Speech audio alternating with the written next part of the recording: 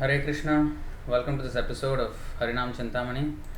Today we will be discussing Harināma Aparadh 8, the offense, 8th offense, which is considering the name as equal to material piety.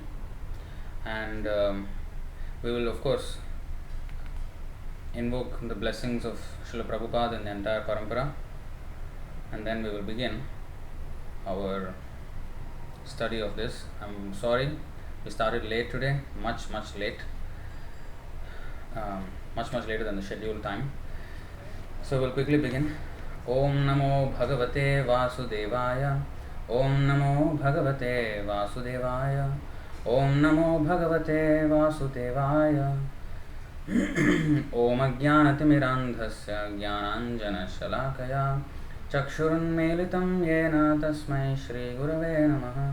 Shri Chaitanya Manobhishtam Sthapitam Yena Bhutale Swayam Rupah Kadamahyam Dadati Swapadantikam Vandeham Shri Guru Shri Yuta Padakamalam Shri Gurung Vaishnavamscha Shri Rupam Sagrajatam Sahagana Raghunathanvitam Tam Sajivam Sadvaitam Savadhutam Parijana Sahitam Krishna Chaitanya Devam Shri Radha Krishna Padam Sahagana Lalita Shri Vishakhanvitamscha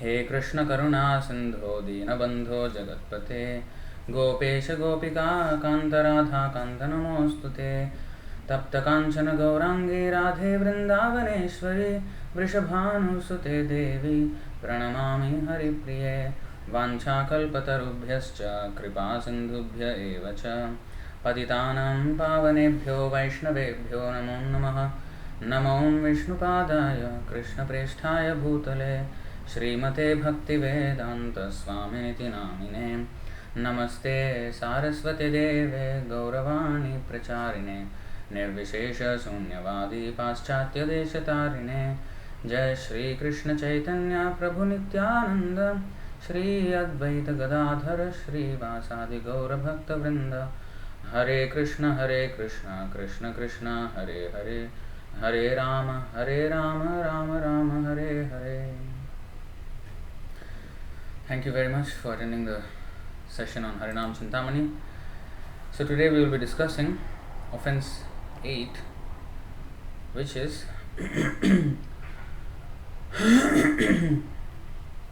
considering the name as equal to material piety. Just a second.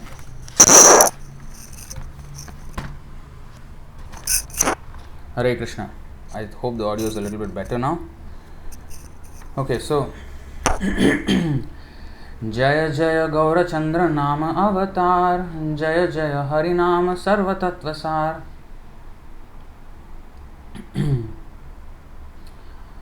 And maybe you can, if anybody is there here on the live stream, maybe you can notify your, other devotees or friends, because we have started late. Maybe they have missed, because they were expecting it at 7:30 p.m. Singapore time. So if somebody has missed, maybe you can notify them. So alright. Haridas said, O Lord, please note that the holy name is not to be equated to the pious activities mentioned in the Vedas. Of course, if you're not aware, then this is actually a conversation between Chaitanya Mahaprabhu and Haridas Thakur. And Chaitanya Mahaprabhu asked him to explain about the holy name, and that's why Haridas Thakur is explaining. It's not that he's teaching the Lord, hey, you know what? The holy name is not equal to material pious activities, It's not that he's teaching the Lord, but because the Lord asked him, please, I want to hear from your mouth the glories of the holy name and the offenses, the different stages, Shuddhanam, Namabhas and Namaparad. So, Haridas said, O Lord, please note that the holy name is not to be equated with the pious activities mentioned in the Vedas. One should know the identity of the name. Krishna is the spiritual sun, perfect, conscious and inconceivably wonderful. Thus, all the Lord's diverse forms can be similarly fully spiritual, including his name, dham and leela. Unlike material objects and names, the Lord's principal names are non-different from the Lord. Okay. Just to support this, there is this verse from Srimad Bhagavatam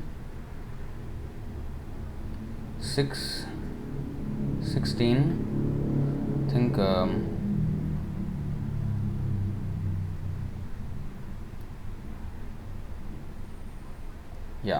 6:16-51 Srimad Bhagavatam. Aham vai sarva bhutani bhutatma bhuta bhavanah shabda brahma param brahma mamo bhe shashvati tanu. All living entities, moving and non-moving, are my expansions and separate from me. I am the Supersoul of all living beings who exist because I manifest them. I am the form of the transcendental vibrations like Omkara and Hare Krishna, Hare Rama. And I am the Supreme Absolute Truth. These two forms of mine, namely the transcendental sound and the eternally blissful spiritual form of the Deity, are my eternal forms. They are not material. So, thus all the Lord's diverse forms can be similarly fully spiritual, including His name, dham and leela. So, the dham, the Chaitanya Mahaprabhu also, there is a verse written about him in the Chaitanya Matta Manjusha. One of the sons of, I think one of the disciples of Advaita Acharya has written it. And in that, the summary of the Chaitanya Mahaprabhu's mission is mentioned. So in the first line it is said, Aradhyo Bhagavan Vrajesha Tanayas Tadhama Vrindavanam. So the Supreme Lord Krishna is worshipable along with his Dhama Vrindavan. And of course along with his associates. That's why it's called Aradhyo Bhagavan Vrajesha Tanayas. That means Vrajesha means Nanda Maharaj. And Tanayas means son of Nanda Maharaj. So already the Lord is there and his associates are also there. Nanda Maharaj, headed by Nanda Maharaj, the entire Vrindavan. Vrajesha means if he is the Isha of Vraja or king of Vraja, that means he has many people around him, right? In the whole town. So all of them are associates of Krishna. So Krishna, his associates, and Tadhama Vrindavanam, all the Vrindavan Dham and any Dham connected with the Lord is all worshipable, equally worshipable. And of course the holy name also. So including name, form and Leela. Name, Dham and Leela. Unlike material objects and names, the Lord's principal names are non-different from the Lord. So if you remember in the beginning of this book, the principal names of the Lord, there are primary names of the Lord and the secondary names of the Lord. The primary names are called the principal names. The secondary names are things like Creator, the Great, the Supreme Lord. These are indirect indications, or Parabrahma, Paramatma, indirect indications of the Lord. Direct indication is that so all this, Brahman also sometimes an indirect indication. Even Om, although it is the Lord Himself, people do not remember the Lord when we chant Om. They have their own interpretations of Om. But when you say Krishna, whatever the ideology of a person is, when he hears the name Krishna, immediately the form, whether he believes in that Krishna is the Supreme Personality or not, whatever it is, he is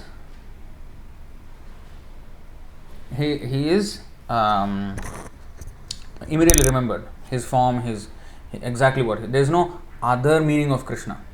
Krishna means, yes, with the big of feather in his hair and the flute, and he's playing, and he is with Radharani or with the cows, or the cowherd boyfriends of Vrindavan. So this picture is immediately is a specific reference to the Supreme Lord. You see?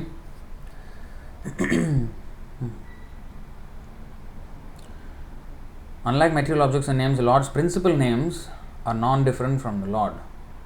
When the devotee chants the name, that name is coming directly from the spiritual level, from Goloka to the Atma, from the Atma to the body, where it dances on the devotee's tongue, in his mind, etc. You see?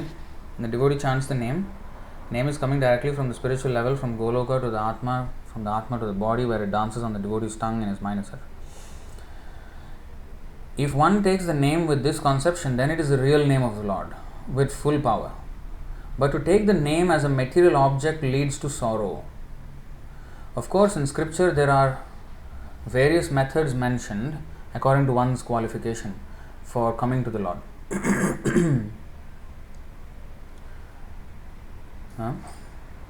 One second, I think. Yes. Okay. So in scripture there are various methods mentioned according to one's qualification for coming to the Lord. So different people have different qualifications, there are different processes. Men who can think only in terms of only in material terms of limited time and tangible objects out of fear take to religious activity. See? Actually the Supreme Lord is the only relief from fear. This is the thing. I always never got this straight because even until very recently I did not understand why would people want to go to the temple when they don't really understand the philosophy and everything, but they religiously attend festivals and they feel respect for the Lord. It's pious, but I did not understand why. Like, if I don't understand the philosophy, when I did not understand the philosophy, I was like, why should I go to the temple? Okay, we will go to the temple, fine, we will do all namaskar and everything, but not with so much feeling or not with like really, because my parents were going, I would just go. Not with, if I were to go by myself, I would have never gone maybe. But here is actually the answer. So men who can think only in material terms of limited time and tangible objects out of fear take to religious activity. So that the material objects, the material life will be secure if they pray to God and if the Lord takes care of them, so that they don't some misfortune doesn't happen, or some family member doesn't die untimely, or everything is like comfortable. So or if something is not comfortable, to pray for improvement in the situation. So for that reason they go to the Lord. Actually the Supreme Lord is the only relief from fear, for by taking His lotus feet one can cross over the material ocean. Actually the Supreme Lord is the only relief from fear. So people take shelter of all kinds of material things, but honestly it's only the Supreme Lord who is the relief. And here there is this nice verse, I think you have seen already, 11:29-21. Yo yo mayi pare dharmah kalpyate nishphalaya chet tada yaso nirarthah syad bhayade riva sattama. O Uddhava, greatest of saints, in a dangerous situation, an ordinary person cries, becomes fearful and laments. Although such useless emotions do not change the situation, but activities offered to me without personal motivation, even if they are externally useless, amount to the actual process of religion. So they may sound externally useless, like if some danger is coming. From material logic, there is this, you have to defend yourself. And also in the Shastras it is said, as much as you can, you should defend yourself. But you should understand that only if the Lord wills, will it work. Ultimately, the Lord's will is the thing. So, like for example, it is said in the Shastra that if one is sick, it's not that, Krishna will save me, I don't need to take any medicine. No. One has to take medicine so that he doesn't bother Krishna for everything. And Krishna has given, maybe the medicine also has some power from Krishna only to cure. Right? That is also his energy only, right? And that's why in Ayurveda, when one takes the medicine, he has to chant the mantra Aushadhi Chintayat Vishnu. So Aushadhi Chintayat Vishnu. Whenever we are taking Aushadhi or medicine, we have to think of the Lord. Oh Lord, if you will, let this medicine work. So ultimately the sanction is the Lord's sanction. But then when there are tools and other things at our disposal, we don't need to disturb the Lord for every single thing. The Lord will take care of me. So you want the Lord to be your nurse. Of course, the Lord is the ultimate one who is taking care of us. Actually He is nursing all our needs. right? Ekoyo bahunam vidadhati kaman. So it is a fact that he is actually taking care of us. He is serving us so much by giving all facility. But we should not ask. I mean, it is good, like it is said in the Bhagavad Gita, that they are still pious, those who go to the Lord for material things. It's not very advanced though. Chaturvidha bhajante mam janah sukritinarjuna arto jignyasurartharthi jnani cha bharatarshabha. O best among the Bharatas, 4 kinds of pious men begin to render devotional service unto me: the distressed, the desirer of wealth, the inquisitive, and he who is searching for knowledge of the Absolute. So those who are distressed, they may go to the Lord for some alleviation of the fear, of the distress. And those who want wealth, and of course the inquisitive are a little bit better off. And then the wise, who understand after a lot of jnana, a lot of time spent with jnana yoga, many lifetime, bahunam janmanamante jnanavan mam prapadyati. So this jnanavan is mentioned here as jnani, one who knows things as they are. So he is the beginner in pure devotional service. He is the most closest. After many lifetimes of research, he has now come to the point that he has finally, of course, come in contact with a pure devotee and come to this point where he has received the end of knowledge, and that is the beginning of real devotional service. So he is still considered, and as we know, when we are in the beginning of devotional service, we are still third class devotee. So such a jnani is still a third class devotee who has just entered the realm of devotional service. So he is a wise man. Yes, he has taken to the right path. That's why he is wise. But it's not that he is wise about everything about devotional service. He is not like a pure devotee yet. So when it is said wise here, jnani, he has come to the end of knowledge, like bahunam janmanamante jnanavan. Jnanavan is jnani. So the one who is really knowledgeable, he will surrender to Krishna. And the beginning of surrender is to take shelter of a bona fide spiritual master. So he is still materialistic. He does not, he has not entered the realm of pure devotional service, but he has a much better chance than the others to prosecute devotional service in a much, better way, in unmotivated way. But he is also still motivated, because out of inquisitiveness, out of achieving this knowledge, he has understood that Krishna is the Supreme Personality of Godhead, and now he is coming into devotional service. Whereas pure devotional service, like gopis for example, jnana karma de anavritam, anukulyena, what is that first one? Anukulyena krishnanushilanam bhaktiruttama, anya abhilashita shunyam. Anya abhilashita shunyam. What kind of abhilash or desire? Material desires, but also the desire to know who is God and everything. Like the gopis were not interested in understanding who God is. They just, accepted Krishna. They just loved Krishna. Okay, I can see that the thing is, the live stream is a bit, the audio and video are not matching up. I will do what I can to close whatever other programs are there. But I can understand, I think, please let me know in the comments if the audio and video are okay for you, because I can see that it is not okay for me from what I see. My CPU is like crying now.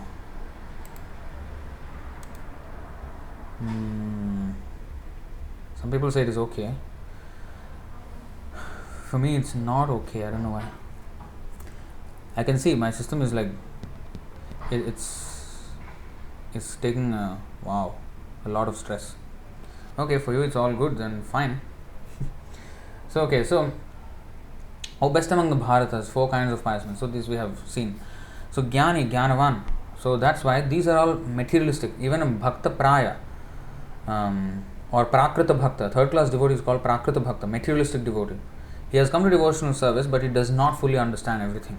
He doesn't know how to deal with devotees, how to learn with. So many things he doesn't know. So like that. Next, so if I go back,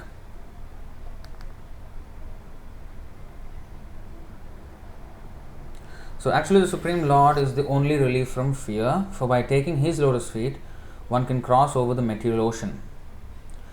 to come to accept the Lord's feet, the Lord has created different methods.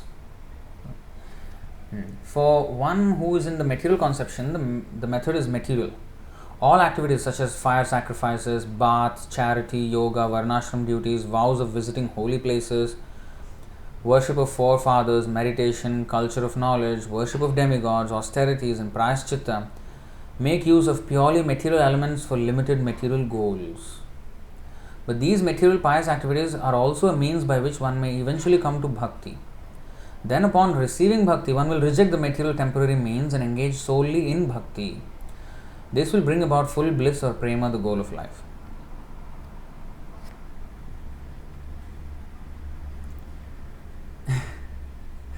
Okay, Nishita Mataji is saying the audio video sync isn't too bad, but we can hear your laptop fan going crazy though. Yeah, it's actually becoming a little better now. It's much better than a few minutes ago. Rajeshwari Mataji is saying you need still more advanced PC. No, I don't think so. It's a problem, I don't know, with this software. So alright. So upon receiving bhakti, one will reject the material temporary means. So other means are means to they are like tributaries. A river, Kunti Devi, she actually prayed to Krishna like this. And I think there's another verse also somewhere else in the Bhagavatam. So she prayed that let my devotion only be to your lotus feet, Krishna, just like the Gaṅgā goes always to the ocean. 1842. Tvai menanya vishaya matir madhupate sakrit ratimudvaha tadadha gangevaugham mudanvati. O Lord of Madhu, as the Ganges or Gaṅgā forever flows to the sea without hindrance, let my attraction be constantly drawn unto you without being diverted to anyone else. So the Lord is the like the ocean, Karuna Sindhu. Ocean of not only Karuna but all good qualities. And the waters of the river are nothing but the water of the ocean evaporated and all this water cycle, and then it comes back to the ocean. So whatever we can give to the Lord is actually from the Lord only. So it is not something new that we are giving Him, but it is the act of devotion. So anyway, the devotion is compared to this river, which is not hindered by anything.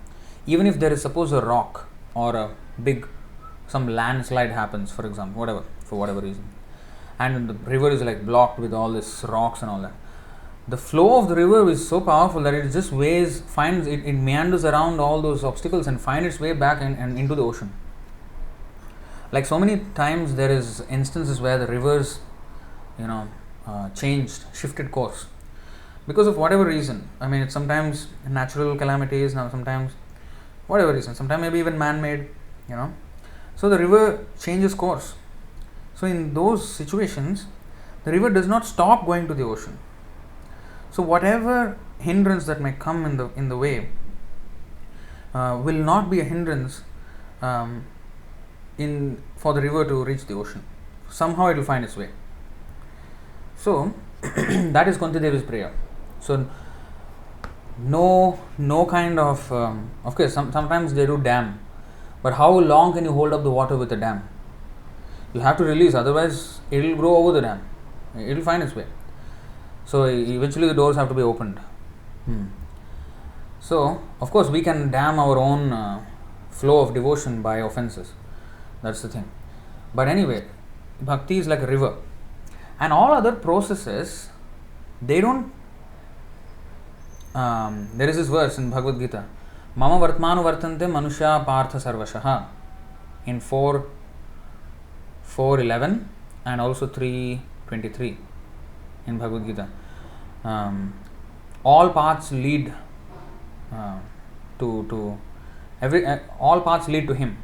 You see, let me show you that, because that's what it looks like, but what it actually means, because there can be a false interpretation of that.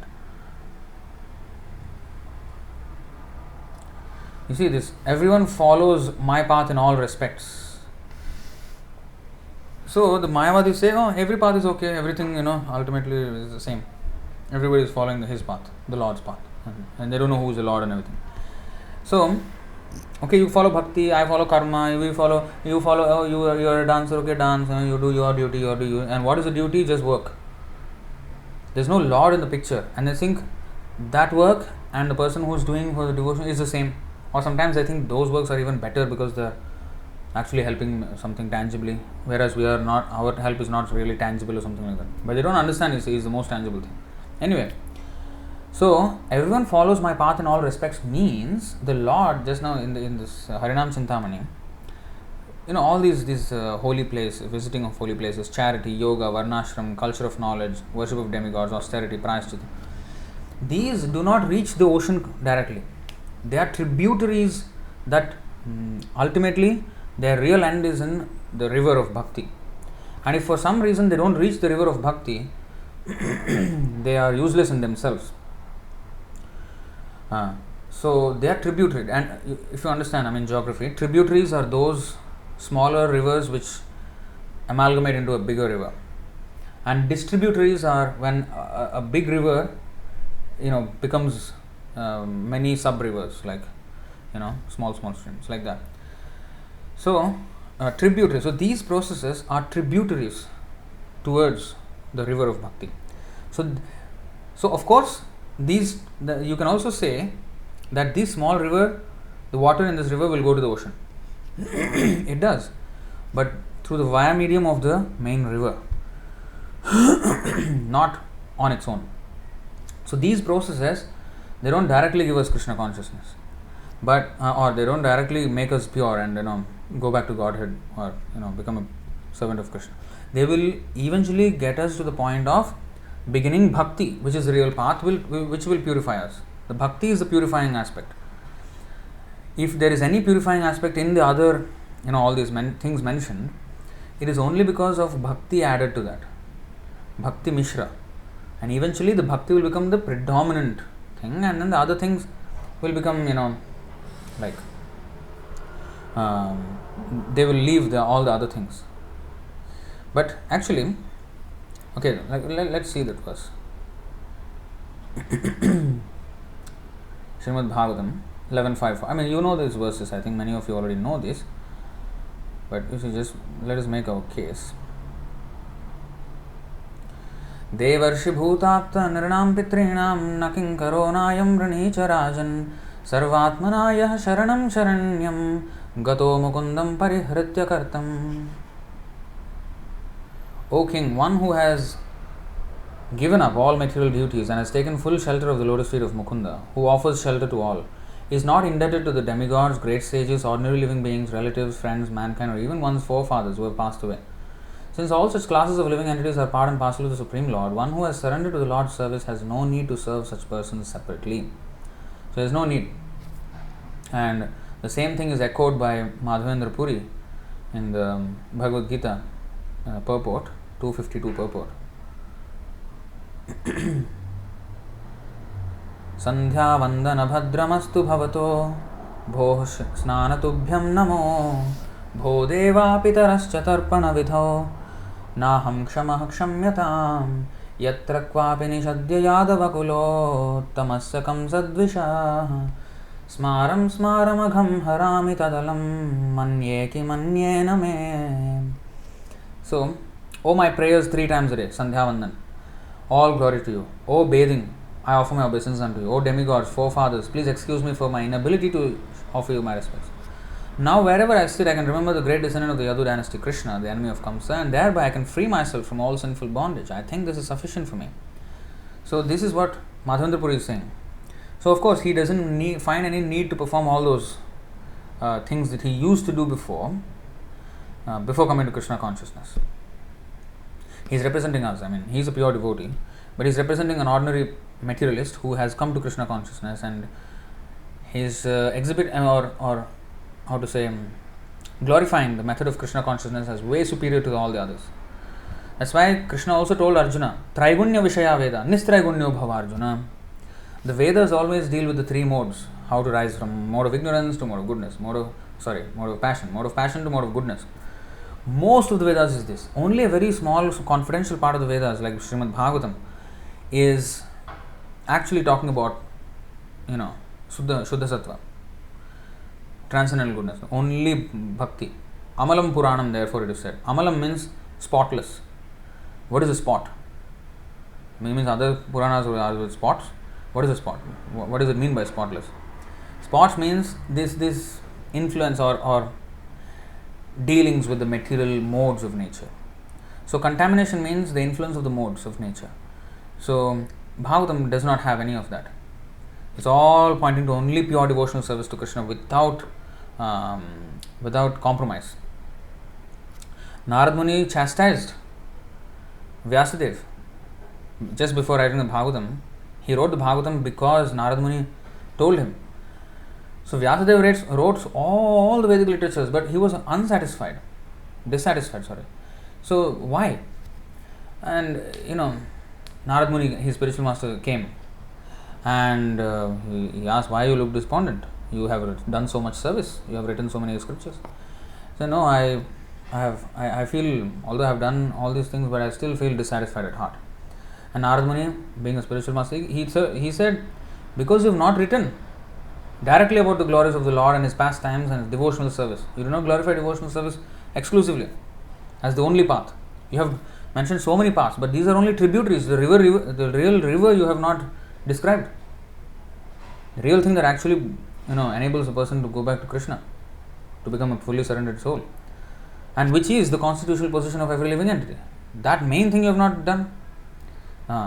So then he chastised him quite heavily. And then finally Vyasadeva wrote the Srimad Bhagavatam. So that incident is there also in the Srimad Bhagavatam mentioned. That this is what happened, and that's what led Vyasadeva to write the Srimad Bhagavatam. So there's no need. But I'll show you something. Today morning's verse, Srimad Bhagavatam, it was not streamed live. The computer did not have the capability. Maybe we could have done with the phone. Next time we will actually pay more attention to that. But today's morning Bhagavatam class was about this. You see, the Prachetas, they're saying something interesting. 4:30, 39 and 40. Yanna svadhitam gurava prasidata prasadita viprascha vriddhascha sadanuvritya aryanatah suhrido bhratarascha sarvani bhutanyanasuyayaiva yanna sutaptam tapa etadisha nirandhasam kalam madabhramapsu sarvam tadetat purushasya bhumno vrinimahete paritoshanaya. Dear Lord, we have studied the Vedas, accepted a spiritual master, and offered respect to Brahmanas, advanced devotees, and aged personalities who are spiritually very advanced. We have offered our respects to them, and we have not been envious of any brother, friends, or anyone else. We have also undergone severe austerities within the water and have not taken food for a long time. All these spiritual assets of ours are simply offered for your satisfaction. We pray for this benediction alone and nothing more. Now,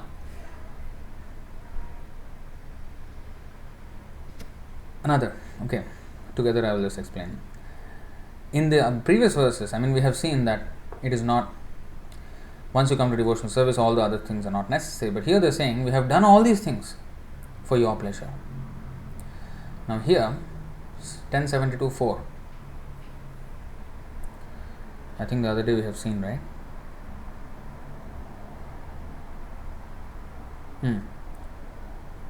I think this is spoken by Yudhishthira, if I am not wrong. Tattvavit aviratam pariye charanti. Tattvavit aviratam pariye charanti. Dhyayantyadabhranashane shuchayo grinanti. Vindanti te kamalana bhava pavargam. Ashasate yadita ashisha ishananye. Purified persons who constantly serve, meditate upon and glorify your shoes, which destroy everything inauspicious. Shoes of the Lord destroy inauspicious, everything inauspicious. And purified persons who constantly serve, meditate upon and glorify your shoes, which destroy everything inauspicious, are sure to obtain freedom from material existence. O Lotus Navel One. Even if they desire something in this world, they obtain it, whereas others, those who do not take shelter of you, are never satisfied, O Lord. Now, the verse itself does not say much about it, but what it says is, even if a devotee wants something in this world, they obtain it. They obtain it. Whereas others who do not take shelter of you are never satisfied, O Lord, even if they so-called obtain it. And so, the more clarification is there in the purport. Why would a devotee want anything in this world? So, an example is the Pandavas. So, Srila Prabhupada writes, purport, Srila Prabhupada writes in this connection, of course, you should understand that this purport is not by Prabhupada. So, that's why they are quoting Prabhupada, Srila Prabhupada writes in this connection that liberated Krishna conscious persons, quote, do not even desire to become freed from this material existence or to enjoy material opulences. Their desires are fulfilled by Krishna conscious activities. Jai prasade pure sarva asha. All asha, all desire and hope fulfilled by just devotional service, serving the spiritual master. As far as we, King Yudhishthira, are concerned, we are fully surrendered unto your lotus feet, and by your grace we are so fortunate to see you personally. Therefore, naturally, we have no desire for material opulences. The verdict of the Vedic wisdom is that you are the Supreme Personality of Godhead. I want to establish this fact. And I also want to show the world the difference between accepting you as the Supreme Personality of Godhead and accepting you as an ordinary, powerful, historical person. So there's a difference, right? We just can't accept Krishna as, one of those great people who came to this earth. No, he is the Supreme Personality of Godhead. He is the controller of earth and every single universe and every single planet in the spiritual and material world. So to think of him as somebody great is an offense. He is the greatest. So let's read on. I want to establish this fact, and I also want to show the world the difference between accepting you as the Supreme Personality of Godhead and accepting you as an ordinary, powerful, historical person. I wish to show the world that one can attain the highest perfection of life simply by taking shelter at your lotus feet. I wish to show the world that one can attain the highest perfection of life simply by taking shelter at your lotus feet. Exactly as one satisfies the branches, twigs, leaves and flowers of an entire tree simply by watering the root. Thus, if one takes to Krishna consciousness, his life becomes fulfilled both materially and spiritually. Unquote. Srila Vishwanath Chakravarti Thakur similarly explains King Yudhishthira's statement. We feel no urgency to perform the Rajasuya sacrifice, nor do we have any personal interest. So just like Madhavendra Puri, why would a devotee king would want to do Rajasuya sacrifice? What is the point? What is that? Goti danam grahane khagasya. What is that? Prayag Gaṅgō dakakalpa vasaha. Yajñāyutam meru suvarna danam Govinda kirtehe nasamam shatam shaihi. So those who think that these big yajnas, Ashwamedha yajnas or Rajasuya yajnas, to consider them as equal, or even millions of such Ashwamedha yajnas or Rajasuya yajnas to be equal to the chanting of a single name of Krishna is an atheist. They are not equal. So it is not even equal to Shatam Shai, 1/100th of the piety one receives by chanting holy name. So if the devotee is on that platform, why would he do a Rajasuya yajna, which is so insignificant compared to the devotion, pure devotee, right? But this is the explanation. We feel no urgency to perform Rajasuya sacrifice, nor do we have any personal interest, since we are already seeing your lotus feet, and by your boundless mercy we have been taken into your personal association. This is not just they were devotees doing some devotional service, they were personal associates of Krishna. Krishna became their doorkeeper, became their watchman, became their messenger, became their driver, became their slave basically. But in this world there are some whose hearts are contaminated. This is Yudhishthira Maharaj's feeling inside. But in this world there are some whose hearts are contaminated and who thus think you are not the Supreme Personality of Godhead but an ordinary man. Or else they find fault with you or even criticize you. This is an arrow piercing our hearts. Therefore, to extract this arrow from our heart, we must call to this place on the pretext of the Rajasuya. Such great personalities as Brahma, Rudra and other wise brahmacharis and demigods who reside in each of the 14 planetary systems. Because Rajasuya sacrifice is grand, For a grand thing, people will come. Like if you are chanting, not many people care. But if you have a very big temple, people will come for the temple. They don't really understand the importance of chanting. They don't understand the importance of Bhagavad Gita classes and all these things. They come for, the opulence of the temple. Hey, this temple I heard very nice, let's go. A tourist attraction or something like that. So they come for those things. But then they are purified by the real thing, which is the Shravan Kirtan process. Right? So on the pretext of the Rajasuya sacrifice, Brahma, Rudra and other wise brahmacharis and demigods who reside in each of the 14 planetary systems, we will have a chance to invite them. Like for example, Damodar Mas. People know it's an auspicious month, so people will do more religious activities. And especially for Vaishnavas, they will have to do, they are encouraged to do more devotional activities and take more vows and take up more vows and more service in that month. So, or on an Ekadashi or on any festival day. And of course, there is more service. But for a devotee who is always engaged in Krishna's service, he should just continue. Not, if I do some service in Kartik Mas, I will get more benefit, I will get more. Not for getting anything more or less. Just that I want to do as a service to Krishna. And why should it be only restricted to Damodar Mas? That is the idea actually. The thing is to get you started, but then once the Damodar Mas finishes, then you will start to think, why can't I do this every day? Why only Damodar Mas? Why other days have to be less auspicious than the Damodar Mas? Auspiciousness or the lack of it will come from our involvement in devotional service. That is the real auspicious thing, the devotional service. So why, whether it's auspicious month or not, in heaven or hell I should be serving the Lord. Not hell is not an inauspicious place. No, all people are all sinful people. No.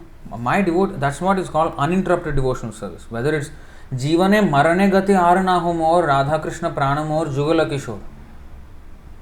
Marana is the auspicious time. In your chart, the most inauspicious time will be when you go into difficulties, and those are inauspicious time. The most inauspicious time is the time of death. According to the astrological chart, very malignant combination of planets, whatever. So that causes one's death. So it's considered inauspicious, right? It is the most inauspicious time of our life, so called. But if we understand actually what death means with knowledge, with devotion, death does not even bother the devotee. So what to speak of inauspicious time or place or auspicious time? Shubha Parityagi.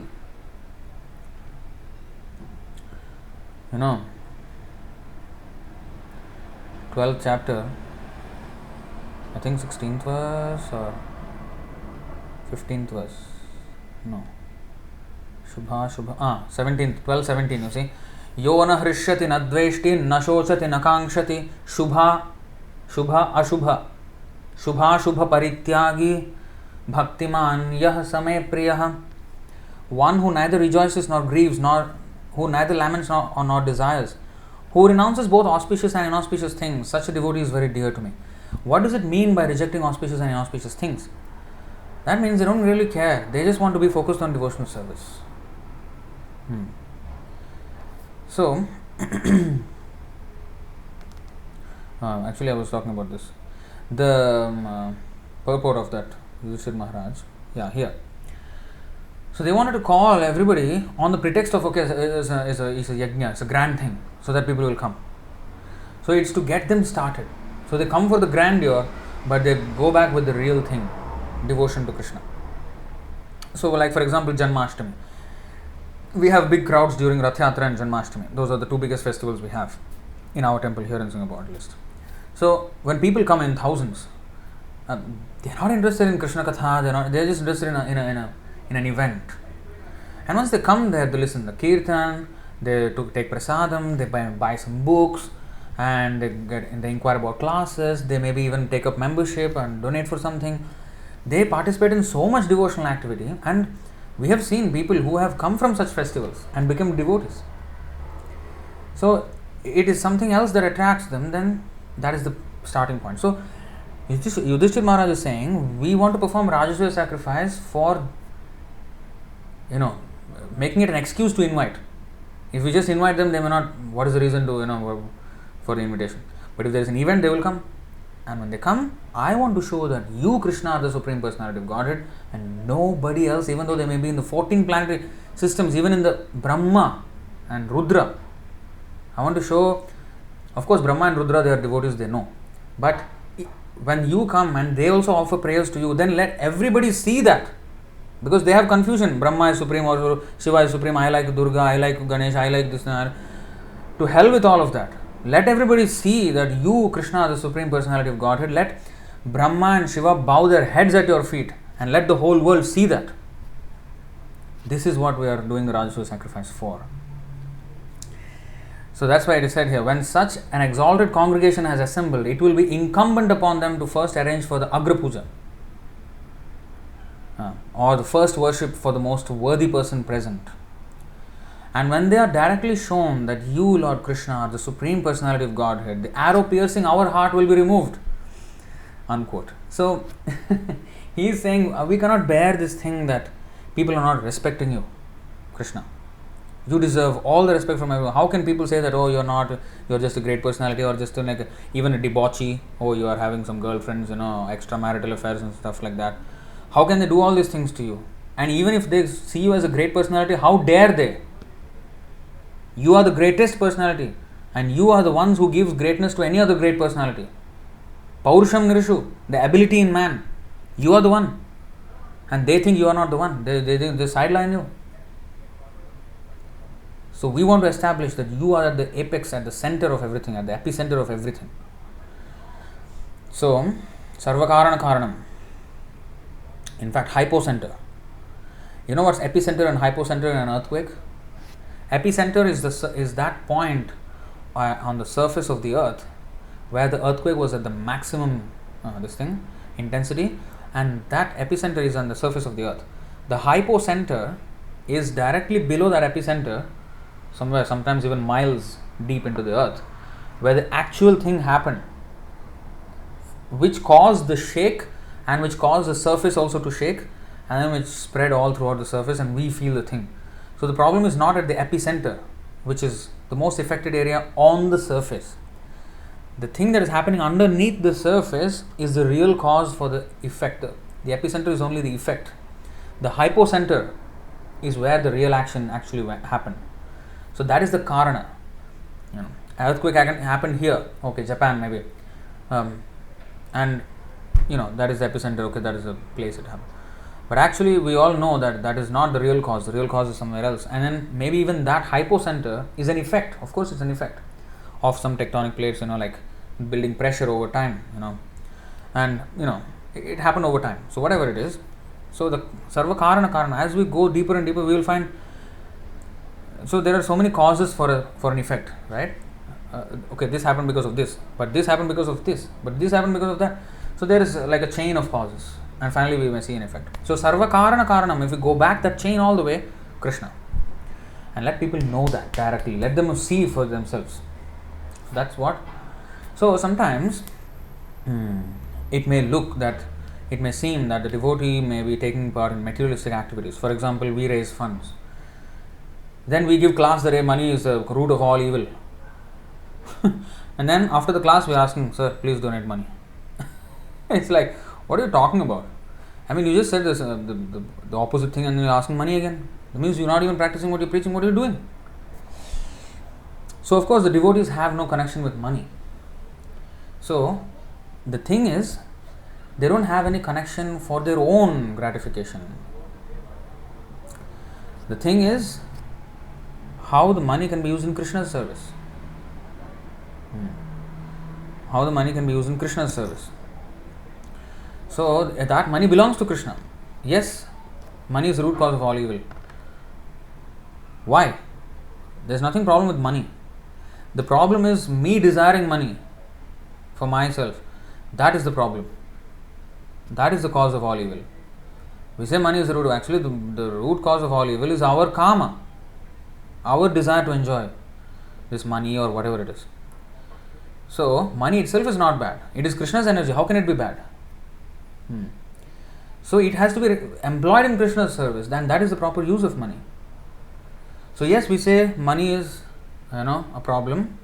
Therefore, it is not, nevertheless, we will ask you money. Not like, it's not nevertheless. It is therefore. Money is a problem. Therefore, give it to Krishna. That's why we ask money. But it looks like we want the money. No, it's for Krishna's sake. So, it is not in spite of talking like this we are asking. No, it is because that it is a problem. If we keep it for ourselves, Sita is not the problem in the Ramayana. Who was the problem? Ravana was the problem because he wanted Sita without Ram. That was the problem. But Hanuman, he wanted to see Sita with Ram.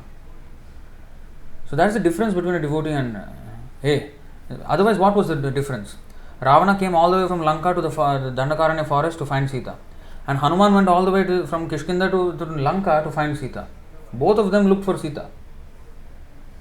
What is the difference between Hanuman and Ravan? It's a world of, it's like polar opposites. That's what we did a recent TikTok on that. Why? Both of them went in search for Sita. Yeah. You are saying Ravana is bad because he went in search for Sita. Hanuman also went in search for Sita. What is the problem? But you see the Bhāva?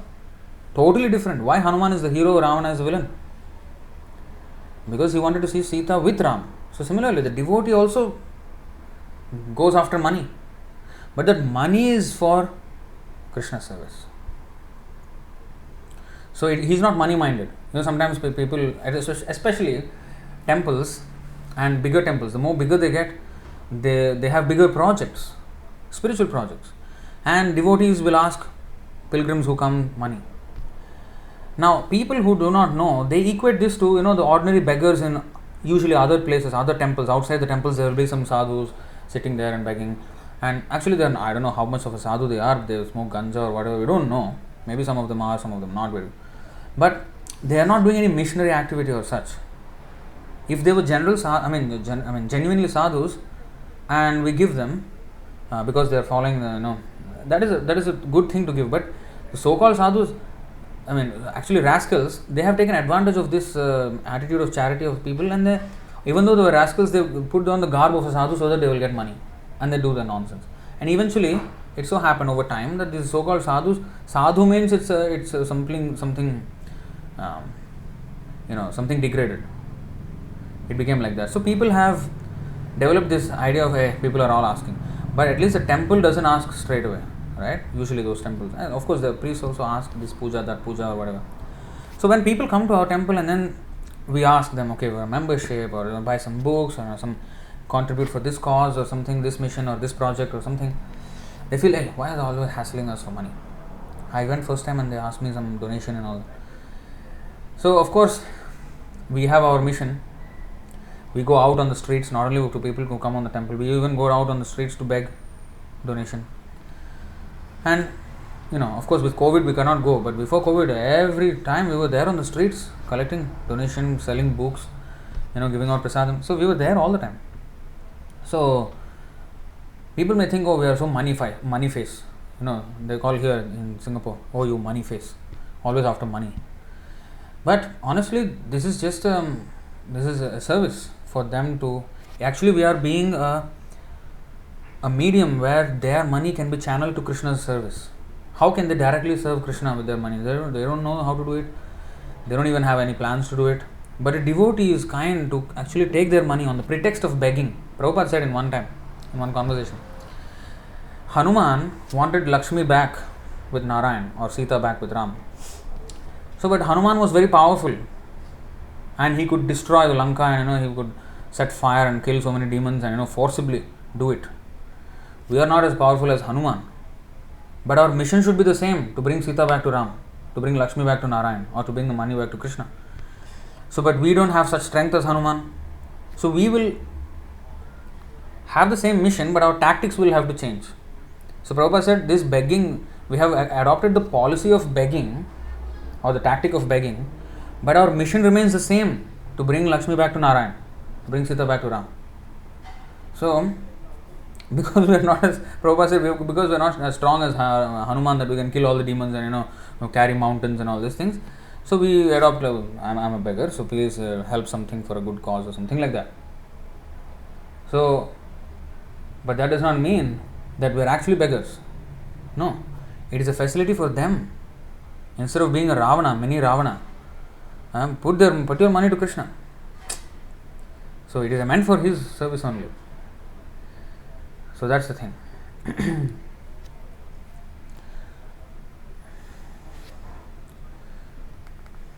So here,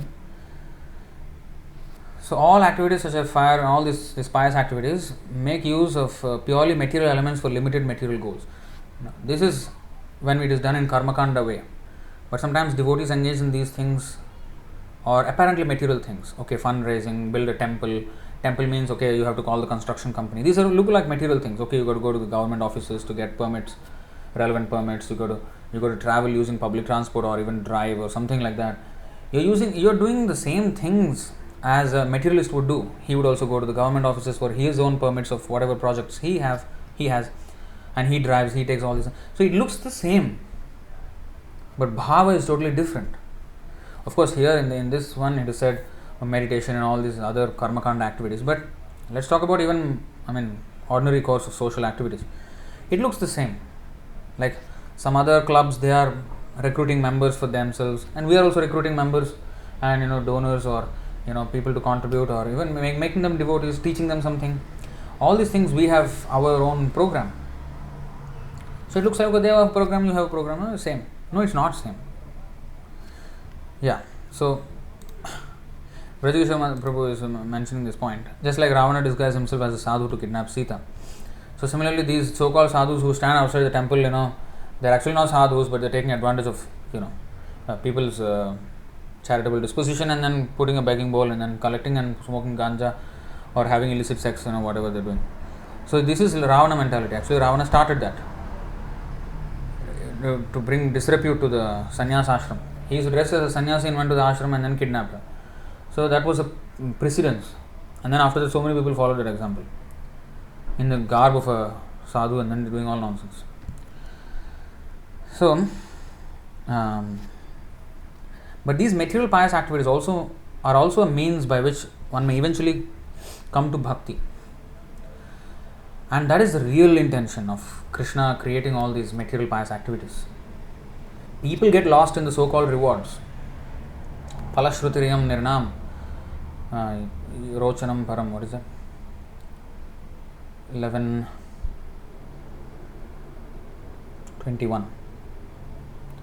11:21-23. Phalashrutiriyam nirnam nashreyo rochanam param shreyo vivakshaya proktam yatha bhaishajya rochanam.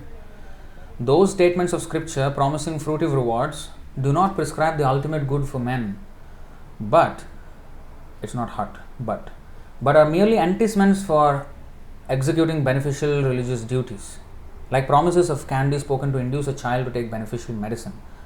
So these fruitive rewards, they do not prescribe the ultimate good for men. They just say, okay, give enticements. Oh, you can go to heavenly planet, you can have a good wife, you can have a good husband, you can have fame, you're going to have this and that. But they are just like promises of candy spoken to induce a child to take beneficial medicine, and the medicine is devotional service. So there is official worship of Vishnu in such sacrifices, and that is the real purifying thing. These all other things are sugar coated, which are ultimately bad, just like sugar is bad. So bad for our health, and ultimately too much of it. Similarly, actually these things are bad. These heavenly, desiring heavenly promotion or desiring some fame, all these things are bad. But these are promised because that's what you want. Okay, fine, Krishna gives it. Okay, whatever it is, do this one, then you will get the fame. Okay, I will do this. So in that there is worship of Vishnu, at least in an indirect way. So that is the purifying factor. So ultimately it should reach, and that is the real thing. It should reach, take the person to the point of devotional service. And that it cannot happen automatically. It has to happen by the connection of a pure devotee. So if he does all pious activities, there is a good chance that he will associate with sadhus, real sadhus. If I keep myself in the mode of goodness, there is a good chance that I will, because I am in the proximity of sadhus at that point of time, when I'm in the mode of goodness, if I'm doing activities in the mode of goodness, there's a much higher probability of me crossing paths with a sadhu. And the sadhu will not just cross path and move on. He will stop and talk to me and enlighten. And that thing is the real thing. Therefore, one is always asked to go to the mode of goodness, because or go to the holy places. Why? Why go to the holy places? We should go and meet the sadhus. And sadhus congregate in much greater numbers in a holy place rather than any materialistic place. So there's a higher probability of us meeting a sadhu and getting purified by his instruction in a holy place than another place. So that's why it is said that go to a holy place. But now people just go there and take snan, come out. That's why he's an animal if he doesn't actually take advantage of the holy people. So the sadhu sangha is a real thing. But to get closer to the sadhus, we have to be. You can never find a sadhu in a brothel.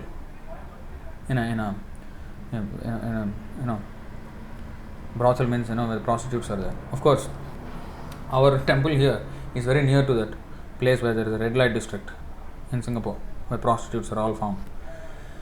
But in fact, it was part of that whole thing. Now it has, because of the police intervention, it has all been pushed to nearby. But it's about a few hundred meters away from here.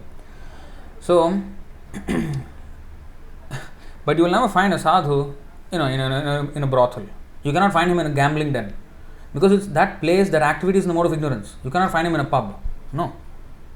Nityananda Prabhu was so merciful, he went to the liquor shop and made that man also devotee. He asked him to chant Hare Krishna. Different thing. But, we can also do that, but of course we don't have permits to go into every single establishment. We'll be arrested and put in. So there's a much lesser probability of finding, unless somebody is as merciful as Nityananda Prabhu. So, but they will easily congregate in holy places. So that is the reason actually why we have to cultivate the mode of goodness. To meet the sadhus and then get purified by the instruction of the sadhus. So they are not the real end in themselves. So therefore it is said, but these material pious activities are also a means by which one may eventually come to bhakti. Then upon receiving bhakti, one will reject the material temporary means and engage solely in bhakti. This will bring about full bliss or prema, the goal of life. And actually, as you come to Krishna consciousness, are you really interested in doing a Ganesh Puja? A devotee will not be interested. It's not that he does not respect, but he has the real respect now. But he doesn't worship them. For what? People worship them for what? Antavattu phalam tesham. And the devotee is not interested in that. But he respects them as great devotees, but he does not want anything from them. If he wants anything, he wants a mercy to become a devotee of Krishna. That's all. That's what he asks.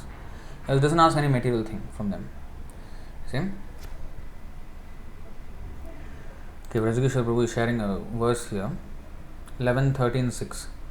Until one revives one's direct knowledge of the spirit soul and drives away the illusory identification with the material body and mind caused by the three material modes of nature, one must cultivate those things in the mode of goodness. By increasing the mode of goodness, one automatically can understand and practice religious principles, and by such practice transcendental knowledge is awakened. Yes.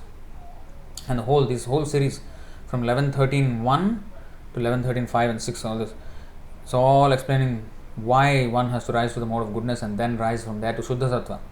But you cannot rise from the mode of goodness to Shuddha Sattva, pure goodness, without the association of devotees.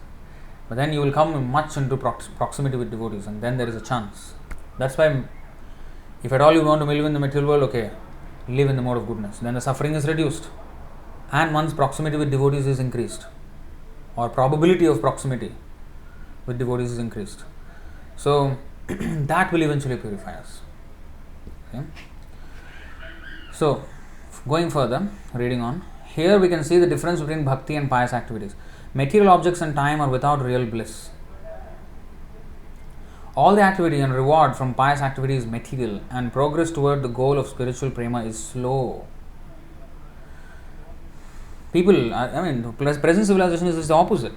They want everything. They think material happiness is there in acquiring things. But you see, the more and more, like social media, wanted to be, was like a thing to connect with friends, and then it became a platform where I can be an influencer, I can influence others, and I can get my message out, and I can earn a living out of this and all that.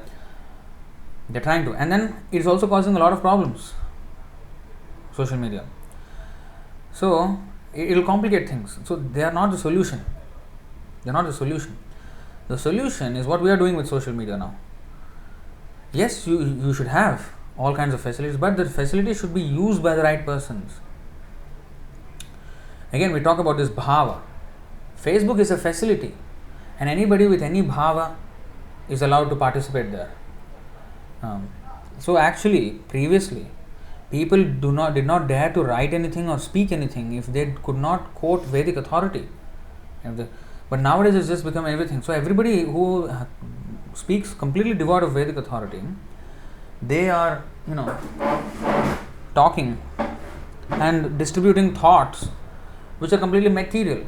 Which has nothing to do with, Krishna consciousness, and thereby polluting people's minds with so much materialism. And then goal of spiritual prema is slow.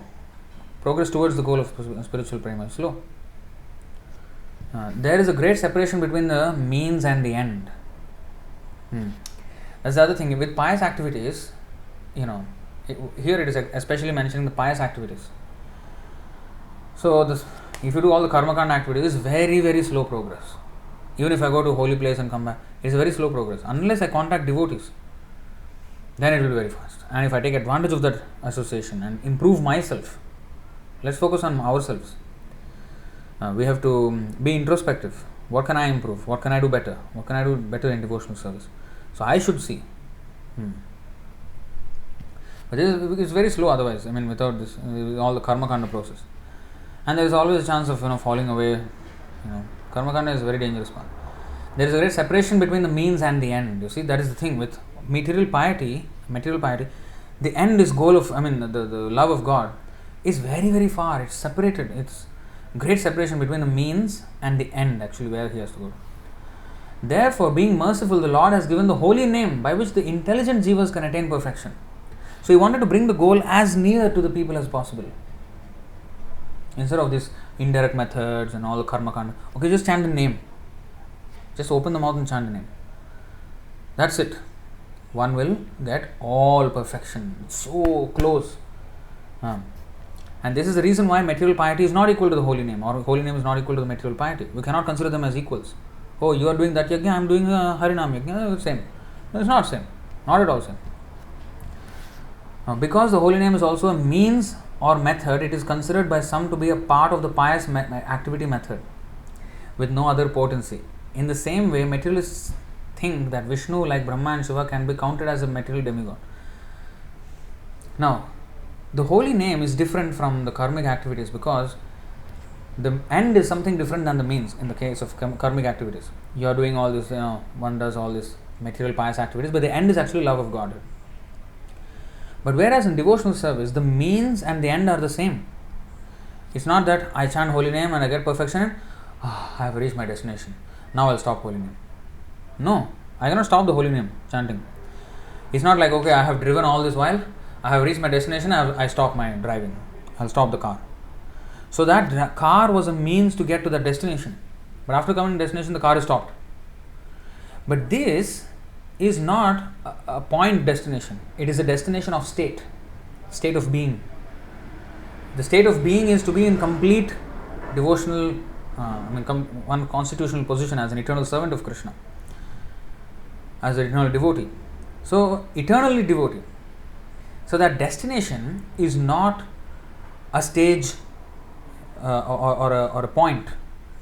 It is the destination is a way, a stage in which that state of being, we will be in that.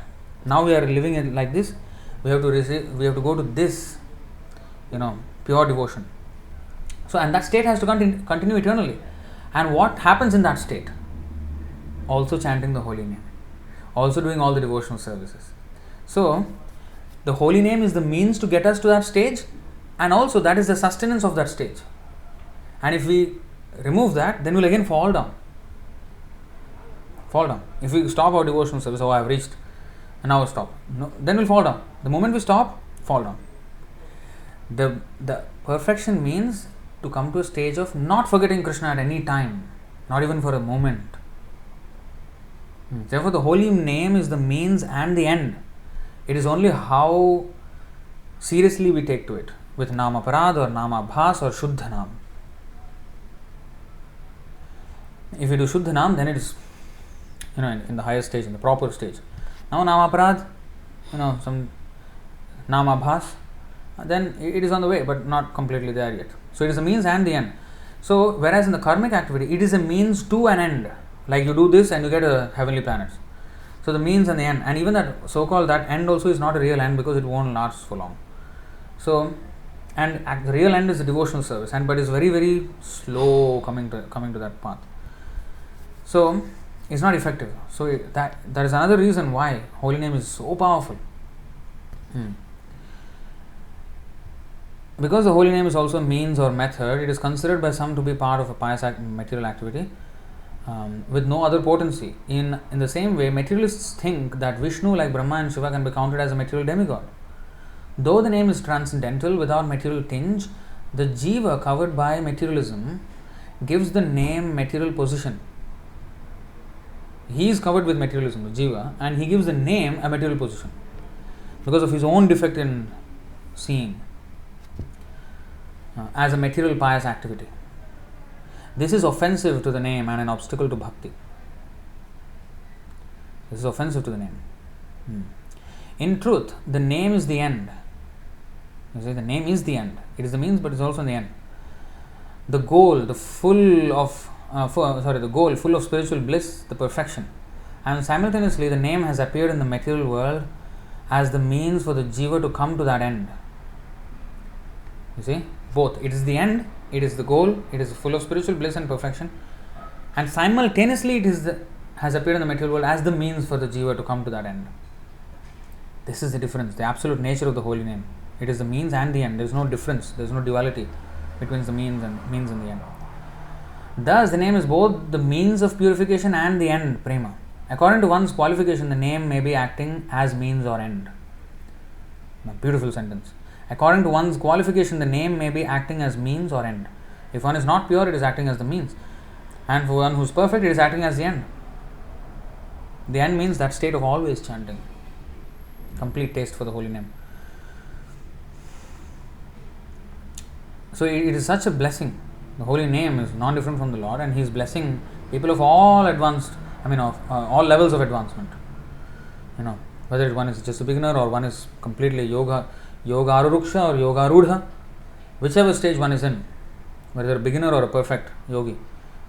Prabhupada is also chanting, we are also chanting. For him, he is chanting in Shuddhanam, we are chanting in Aparad, and maybe trying to come to Namabhas at least, if we are actually putting in attention to the holy name. Otherwise, again, we are chanting maybe not properly, but at least maybe we have taken that, we have attempted at least to take to the holy name. So now it is the means for us. But Prabhupada is chanting, Prabhupada is chanting, I am also chanting the same. I am Hare Krishna, he also Hare Krishna, Hare Krishna. Same. No, it's not the same. So, in the world, continuing on reading, in the world we can find two means, secondary or indirect means of purification, such as pious activities, and the principal means. In this world we can find two means, the secondary or indirect means of purification, such as pious activities, and the principal means, which is the holy name. So, secondary means and the principal means. One should not confuse the two and equate them. This is the point. Very nicely. You see how detailed explanation is given here. That's why he is Namacharya, and Bhaktivinoda Thakur fully realized these things. So, by singing the name, transcendental bliss will come and make the heart dance. That actually is the essential character of the name. It is full of nectarian pastimes. That happiness achieved by jnana and yoga may seem great in comparison to the shadow of happiness received from the material world, but in comparison to the bliss of the holy name, that happiness is scant. Very, very scant, very insignificant. Jnana and yoga, if I have a mystic power that I can control other people's mind, I can get whatever I want from anywhere. Amazing, right? But for a devotee, what is this? He's not even interested. The bliss one receives from the holy name. It's mentioned in this verse. What to speak of all this jnana and yoga? Jnana is there, Brahman realization. So if you see this verse, 7.7.37 purport, There's a difference between the happiness of, you see, Bhakti Rasamrita Sindhu, Rupa Goswami says, Brahmānando bhavedesha chetparardha guni kritaha naiti bhakti sukham bodhe paramanatulam api. If Brahmānanda, the bliss of merging in the Brahman effulgence, were multiplied 100 trillion times, it would still not equal even an atomic fragment of the ocean of transcendental bliss felt in devotional service.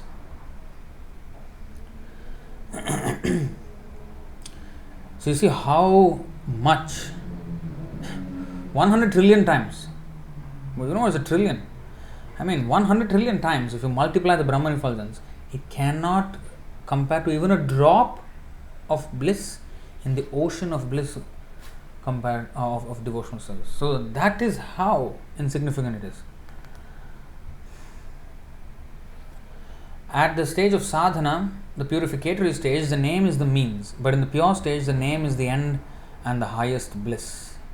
Thus, it cannot be compared to material pious activities. And therefore, also, we cannot just roll our eyes on those verses where Rupa Goswami is saying, Tunde tandavani ratim vitanute tundavali labdhaye.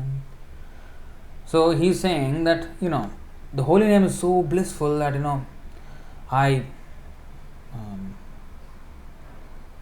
I want millions of tongues to chant. Antya 1.99. So I want millions of tongues, I want millions of years. Karnakroda kadambini ghatayate karnarbudebhyah spriham chetah prangana sangini vijayate sarvendriyanam kritim no jane janita ki adbhiramritaih krishneti varnadvayi. I do not know how much nectar the two syllables Krishna have produced. When the holy name of Krishna is chanted, it appears to dance within the mouth. We then desire many, many mouths. When that name enters the holes of the ears, we desire many millions of ears. And when the holy name dances in the courtyard of the heart, it conquers the activities of the mind, and therefore all the senses become inert. So, we should not roll our, but I'm also chanting, I'm not actually feeling that, so I don't know how much that is true. No, because he is experiencing the name as the end, the form of the source of highest bliss. Highest bliss. Whereas for us it is acting as the means. So we, because of our own stage, it is not that the holy name is acting now for us like this for us. The holy name is not partial, just like Krishna is not partial. But how much we take advantage of of surrender to him, that much. Yayathamam prapadyante tam tathaiva bhajamyaham. So it is, that's why Harināma Cintāmaṇi. Cintāmaṇi means it is a desire. So for the pure devotee, it gives the desire of complete bliss and complete happiness. For the neophyte, it will be the means for him to advance him, to purify him. So that's why it's Cintāmaṇi. To different people, different desires, different stages, the holy name acts across the whole spectrum of advancement.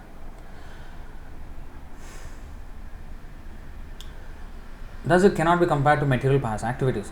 Even at the sadhana stage, the name remains pure. The anarthas of the Sādhaka only make it look impure. We don't get the same thing experienced from the holy name as what Rupa Goswami is saying. That does not mean what Rupa Goswami said is an exaggeration. It just means that we are not qualified to taste that. The anarthas of the Sādhaka only make it look impure. The holy name is always pure. But by association with Vaishnavas, material mentality and anarthas will go away and the pure name will show through. With pious activities, one must reject them in the end. But one never rejects the name. That's another difference. So pious activities, one stops the pious activities. But this we don't. Okay? But one never rejects the name. In one stage, it is covered, in the other, it is pure. Prabhupada explained in another way. The devotional service is just like the mango. In the sadhaka stage, when one is not pure yet, but is on the path, it is like the unripe mango, which is sour, but which is also tasty at the same time. But different taste, completely different taste from when it is sweet. It is the same mango. When it is unripe, it is sour, but you can make pickles out of it, you can make chutney out of it, you can put in the dal. That sour taste is also tasty. It is another taste. But when it is ripe, that taste is something else. A really ripe mango. Oh, That's why it's called the king of all fruits, the mango. So that's exactly how devotional service is. It is the same thing. And also, it is not that the name is unripe and the name becomes ripe. We are unripe and we become ripe when we are pure. The holy name is always the same thing, but we experience it differently because of our own stage, because of our ripeness or unripeness. So that's the thing. With pious activities, one must reject in the end, but one never rejects the name. In one stage it is covered and the other it is pure. By the mercy of the Guru, this knowledge is revealed. If this knowledge is lacking at the stage of sadhana, then one becomes an offender. So you see, the Guru reveals. Now in the Sādhaka stage, we are not realizing that aspect of the holy name where it is completely, purely experienced by a pure devotee. So we have to be educated on what is actually the holy name status and how the pure devotee. That's why Rupa Goswami wrote that, so that we can understand what is the actual stage of chanting. We are thinking, we are also chanting, today I have chanted some good rounds, Prabhu. But what is good rounds? How Rupa Goswami is feeling. That is good round. So we know actually what is good round. Oh, actually I am nowhere there. So we will, check on ourselves. So that's why it is said here, by the mercy of the Guru, this knowledge is revealed. So if the knowledge is lacking at the stage of sadhana, then one becomes an offender. So in other words, in order to come out of the offense, we have to have knowledge. To consider the glories of the holy name to be exaggeration or imagination is an offense. But how do we counter that offense? How do I not commit that offense? To know the glories of the holy name and understand why I am not feeling that same glory of the holy name at this point. Oh, I am actually, this is the thing. So when I understand that, then I accept it more firmly that yes, that is the stage. So with this knowledge, our conviction grows. When all the missing pieces of puzzle, otherwise it's like a puzzle. Oh, holy name is so much glorified, but I am chanting, but I am not getting anything. Like what? What is that? I mean, am I living a lie? So no.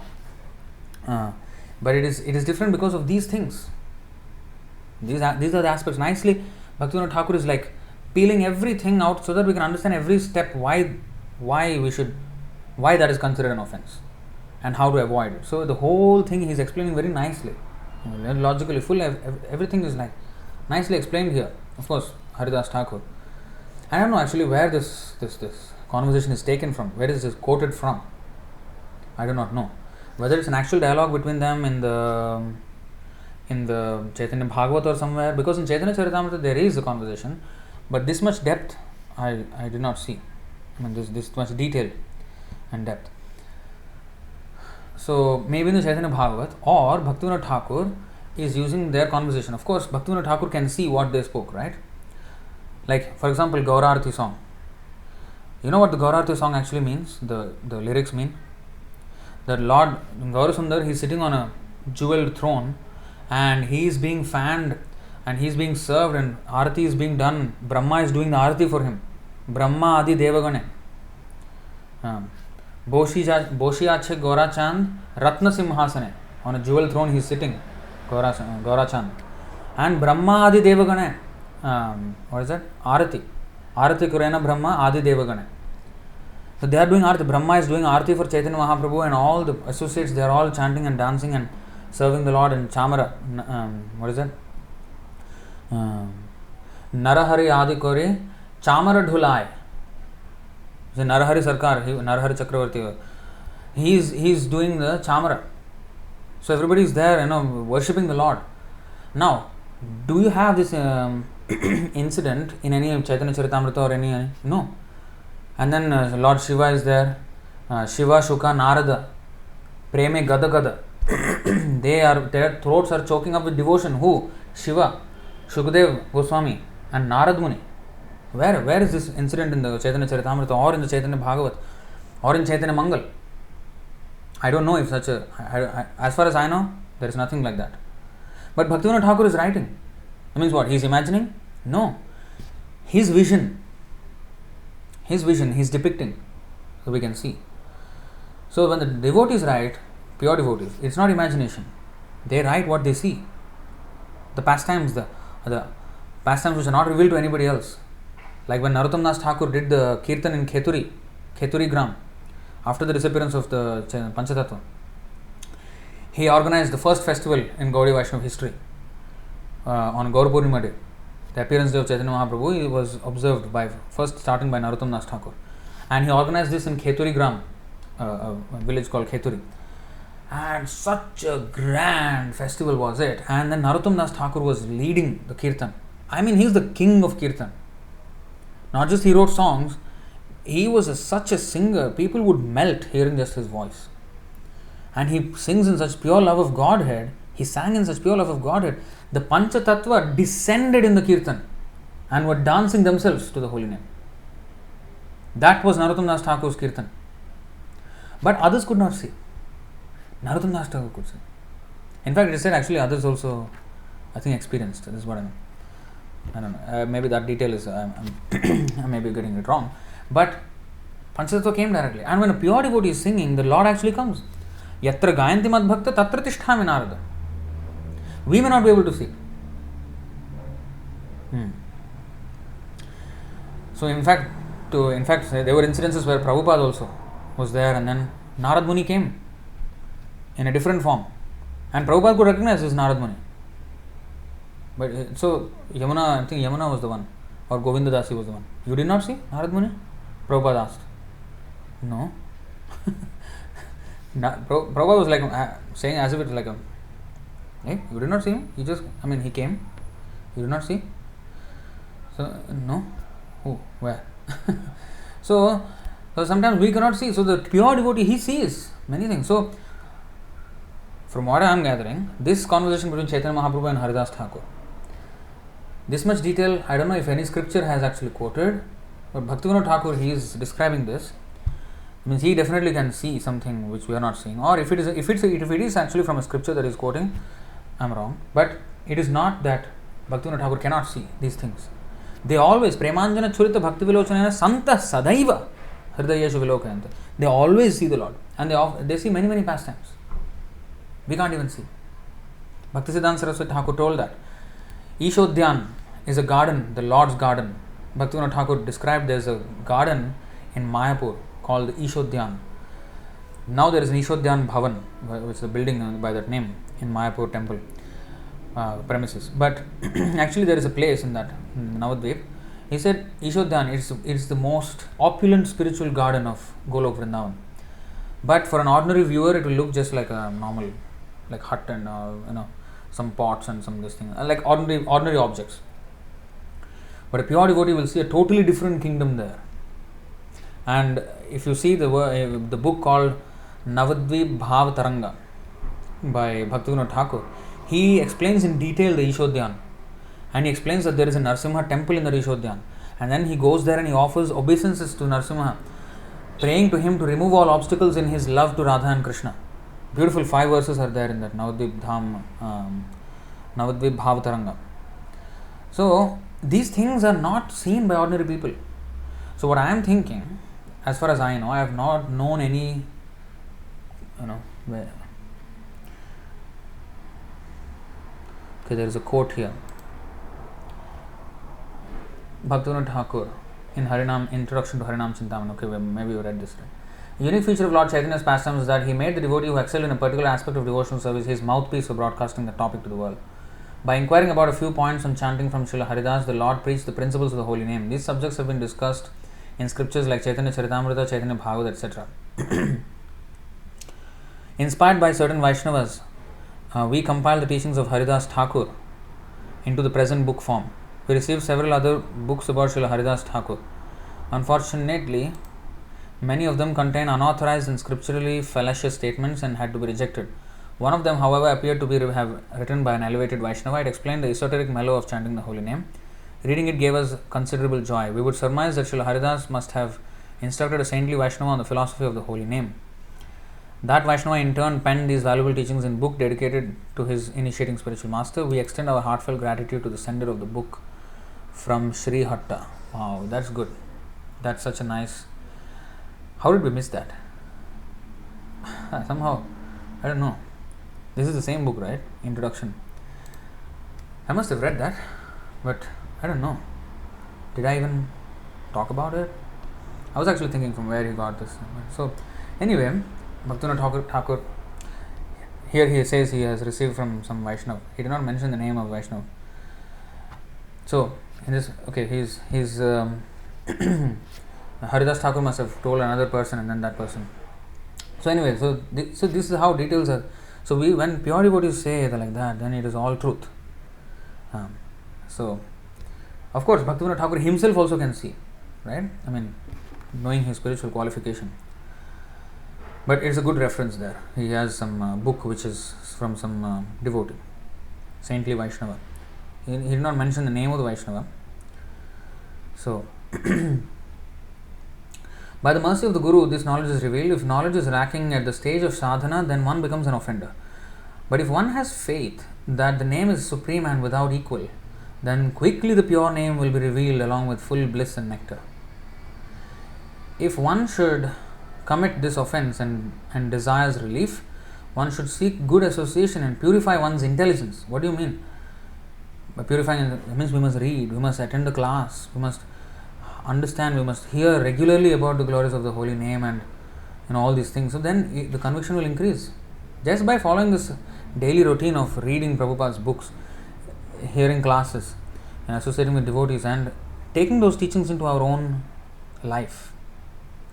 Not be too much concerned about whether others are following, whether I am following first of all. Check myself first. Where am I? So like that we can improve. Okay, I can do this better, I can do that better. Like that I can improve in my devotional service. One should seek good association and purify one's intelligence. If an outcast is surrendered to the pure name for one's own purification, one should smear his foot dust on one's body, should eat his food remnants and drink his foot water. In that way one can similarly obtain the pure name. An example of this is Kalidas. Bhakta pada dhuli ar bhakta pada jal, bhakta bhukta avashesha tin mahabal. CC Antya 16.60. So it is said there that three things are very powerful from a devotee: the dust from his feet, the water that has washed his feet, and the food left by him. You may say, hey, why Vaishnava is leaving food? Why is leaving prasadam? To give prasadam to others, Mahaprasadam, Mahaprasadam. So pure devotee. So now, so these things we may say, oh, yeah, they are symbolic. They are not just symbolic. To drink the water that has washed somebody's feet, we have to be really, really humble, right? In that mood, I will be able to take his instruction also. But if I think, okay, that is symbolic, but that's not so important, I will listen to the instruction. Can I do that? Can I drink the water from? Can I, put the dust on the feet of the devotee on my head? That requires, if I can do that, that means I totally accept. I mean, what kind of a humility one must have to take the water and drink, and sprinkle ourselves and eat the remnants of somebody else's food. So that means in that mood, if we receive the teachings, then yes. That means, in other words, we have to be ready to do anything for the service of that devotee, that spiritual master. It can be Diksha Guru, of course. For Diksha Guru, bona fide Diksha Guru, it absolutely, what is that? It refers, what is the word? It applies. So it applies definitely to the bona fide Diksha Guru, who is a pure devotee, but also to the advanced Diksha Gurus. So we have to try to serve them in all possible ways. Acharan dasavan nicha. Nicha means like a slave. We must become a slave. In that way one can similarly obtain the pure name. An example of this is Kalidas. Haridas said, I am materially minded and I just sing. Haridas is saying, I am materially minded and I just sing, but never do I get the touchstone of the name. Haridas Thakur, Namacharya, 192 rounds a day. Of course, he is humbly putting it. He is never saying, I am chanting Haridas, I am chanting name, 192 rounds, I have tasted it. Even Rupa Goswami, he is saying, I want millions of mouths. That is, he is tasting it. But that's not, of course, a statement of pride. He is glorifying the name so that we can understand the glory of the name. Here he is saying, I am just materially minded and I just sing, but never do I get the touchstone of the name. Be merciful, O Lord, and dance on my tongue in the form of the name. You must beg the Lord, you must beg the holy name.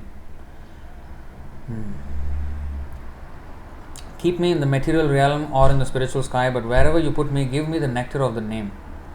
You have appeared in the world to give the holy name to the people of the world. Please accept me as one of those people.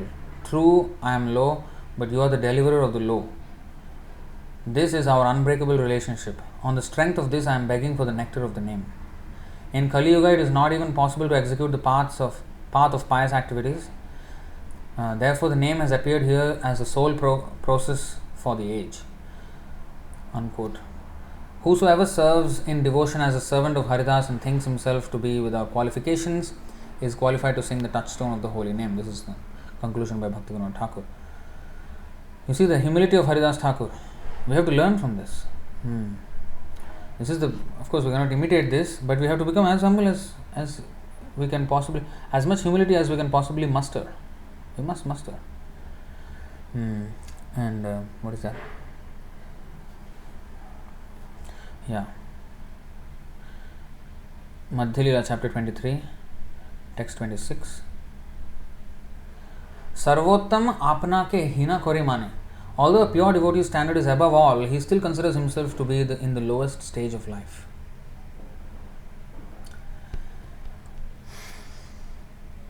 We have to imbibe these things.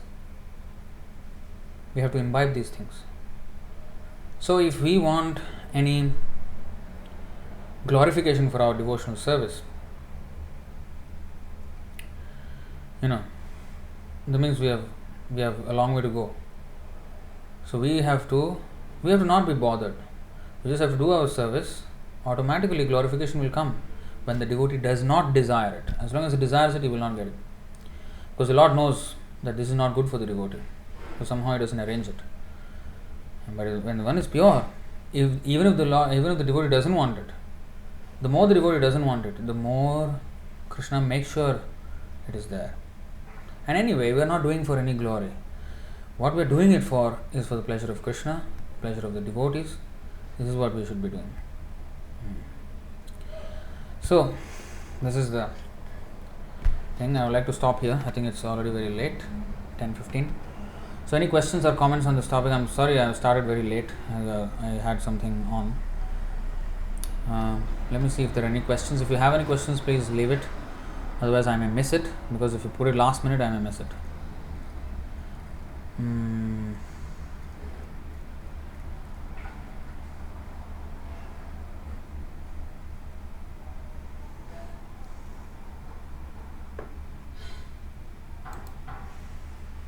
This verse was quoted by Vrajeshwari Mataji. What is this?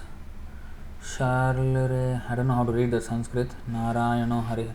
When all vital life forces leave the body, when the whole being is seized by incurable diseases, what medicine is there than river of Gaṅgā? Who else but Lord Narayana Hari would come as physician? Where is this even from? The Lord is of course a physician, but the devotee does not ask anything. The Lord of course provides everything. The devotee does not demand anything from the Lord or ask him anything even. So, that's one. Next. Let's see what else we have. Question, I think 3:29, 11 and 12 also. Yes, that is the pure devotional service above the modes. So let's see that verse. Srimad Bhagavatam 3:29, 11 and 12. Madguna shruti matrena mayi sarvaguhashaye manogатira vichchinna yatha Gaṅgāṁ budhau lakshanam bhakti yogasya nirgunasya hyudahritam ahaitukyavyavahita ya bhakti purushottame. The manifestation of unadulterated devotional service is exhibited when one's mind is at once attracted to hearing the transcendental name and qualities of the Supreme Personality of Godhead who is residing in everyone's heart. Just as the water of the Gaṅgā flow down naturally towards the ocean, such devotional ecstasy, uninterrupted by any material condition, flows towards the Supreme Lord. Yeah, this was the other. I was actually trying to remember which was the other thing that refers to devotional service as the river. I remember reading this. Now, again, thanks for that reminder.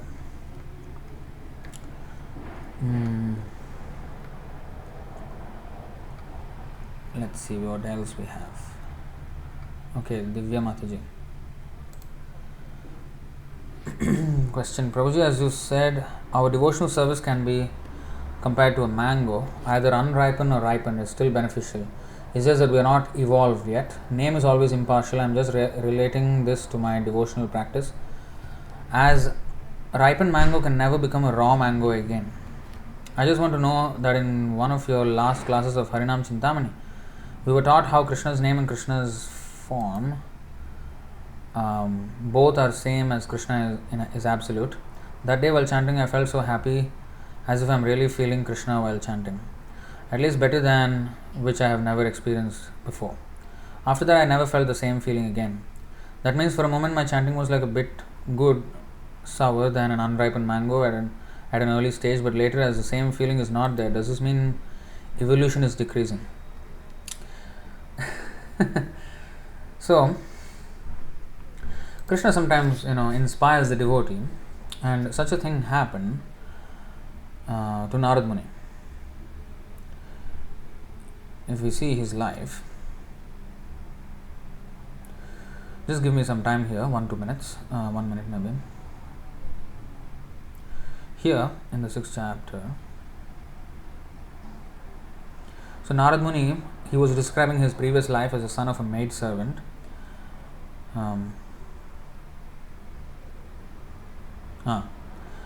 You see, his mother was serving the pure devotees, and he was also serving. And then after that, the Bhaktivedantas, that is called, the Bhaktivedantas, they left. All the great devotees, they left. And soon enough, after that, the one snake bit his mother, and the mother died. And then he was left, and he was a small boy, and he was going hills, and he was traveling alone, and he was always thinking about the Lord because he learned it from the devotees. You see, he was explaining how he felt, how he was traveling. He felt tired, both morally, mentally, hungry, thirsty. Then he contacted water and got some relief, and he was, after that, under the shadow of a banyan tree in an uninhabited forest. I began to meditate upon the Supersoul situated within, using my intelligence as I had learned from the liberated souls.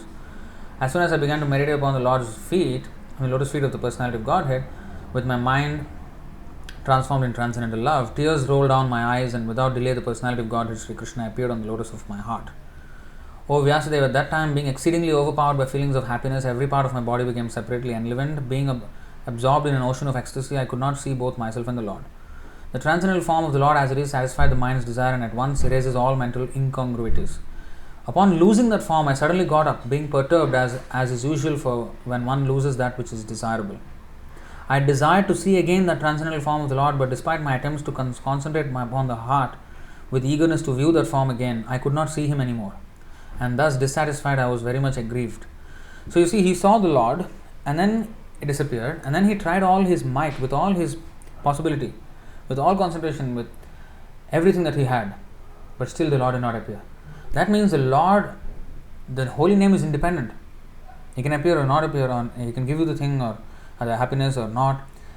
So sometimes he just inspires you with a burst of that bliss, and then he withdraws, so that we again will look for that. And with all our endeavor, we will not be able to reach, because panthastu kodu shatavatsara sampragam, even with millions of years we cannot reach the Lord unless the Lord willingly wants to do that. So then let's see here. See, I could not see him anymore, and thus dissatisfied, I was very much aggrieved. Seeing my attempts in that lonely place, the Personality of Godhead, who is transcendental to all mundane description, spoke to me with gravity and pleasing words just to mitigate my grief. Now, he did not appear, but he just spoke as an oracle. Sometimes devotee who's actually advanced and whatever. Sometimes he may get the dream, or sometimes some message even in a class, even in a lecture, or even when other devotees are talking and he overhears, oh yeah, actually that makes sense. That actually solves my, what dilemma I was having, kind of. So Krishna inspires in different ways. Or when we're reading the book, Prabhupada's book, this actually answers my puzzle. So that kind of thing, for Narad Muni, he personally spoke as an oracle like that. But for others, book is also an oracle. I mean, it's Krishna speaking, right? Prabhupada speaking. So, or the devotees who repeat Krishna's words. So it can come in any way. But Narad Muni was lonely there, alone, uninhabited forest. So the Lord took compassion, and instructed him like that.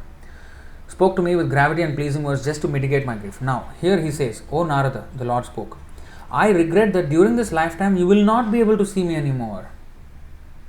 Those who are incomplete in service and who are not completely free from all material taints can hardly see me. So, then how could he see him?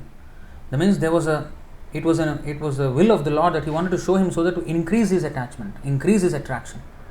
So that he takes it even more seriously, then actually becomes completely pure, and then, yes, Santah Sadaiva Hridayeshu.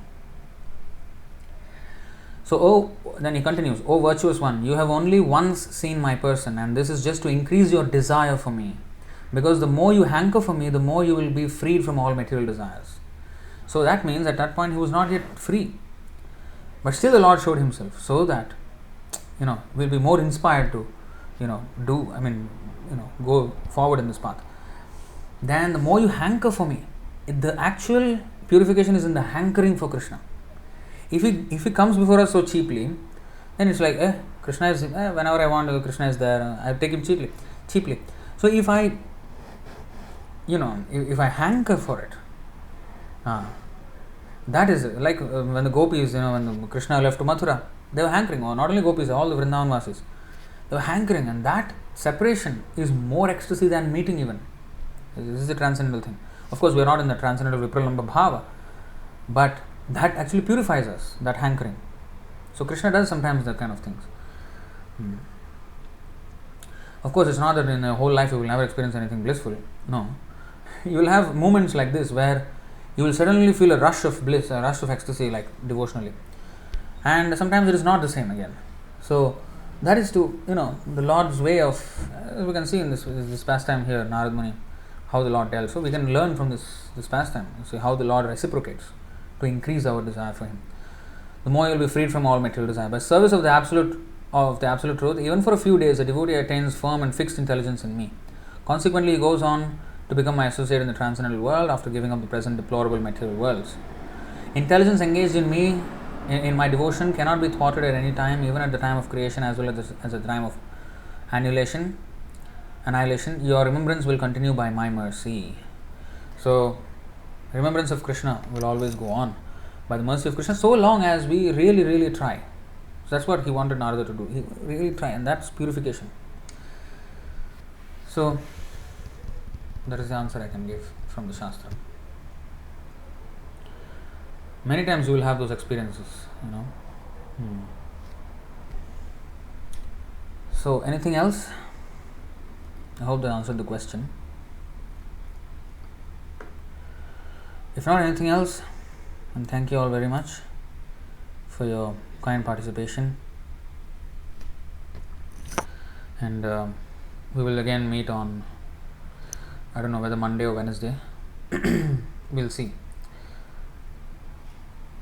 Okay, Divya Mataji is clarified. Okay, thank you very much. Hare Krishna, Harināma Cintāmaṇi ki jai, Haridas Thakur ki jai, Chaitanya Mahaprabhu ki jai,